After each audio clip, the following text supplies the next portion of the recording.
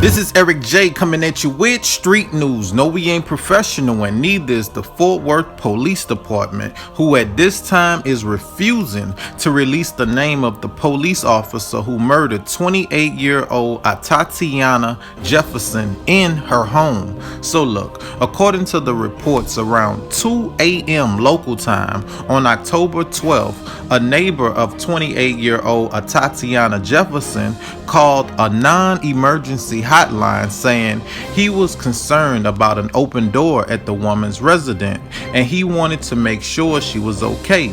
According to a statement released by the Fort Worth Police Department, officers arrived at the home around 2:25 a.m. to respond to an open structure call, and after seeing the open door, walked around the perimeter of the residence. The department said that while doing so, officers saw a person inside standing near a window. Perceiving a threat, the officer drew his duty weapon and fired one shot, striking the person inside the residence. Police said that person was Jefferson, who was shot while standing in a bedroom. After firing, officers entered the home and began providing emergency aid, but the woman was pronounced dead at the scene. The statement says officers found a firearm, but it was not revealed if Jefferson was anywhere near the weapon at the time of the incident. 62-year-old James Smith said, "I called my police department for a welfare check.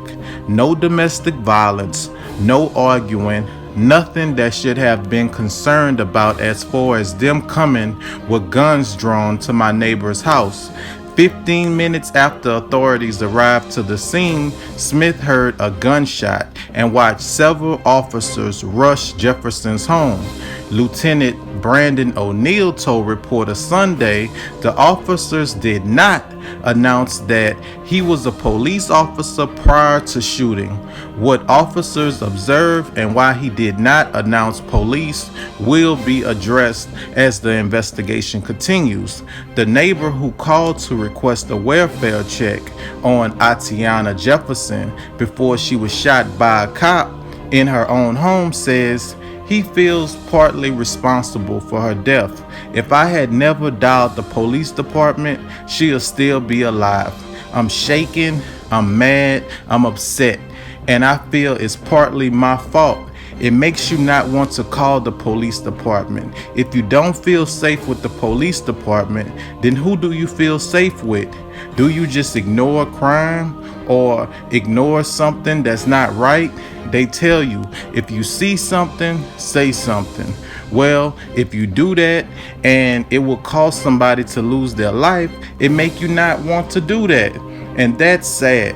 Pastor Michael Bell of the Greater St. Stephen's First Church said, "We're tired of the police line. Ain't no perceived threat unless it's black folk.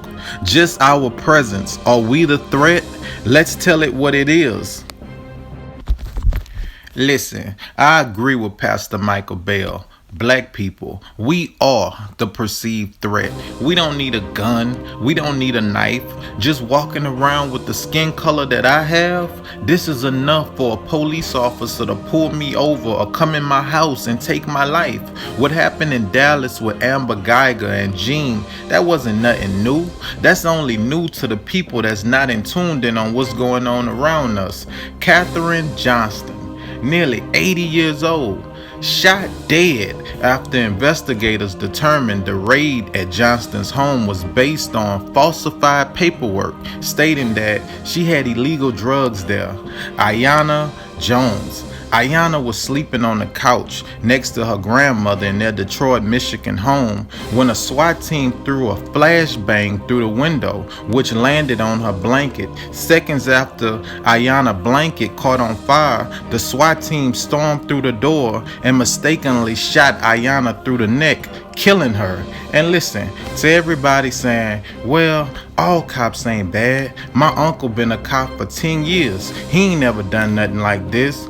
That might be true, but what else is true? Your uncle ain't spoke out against this neither.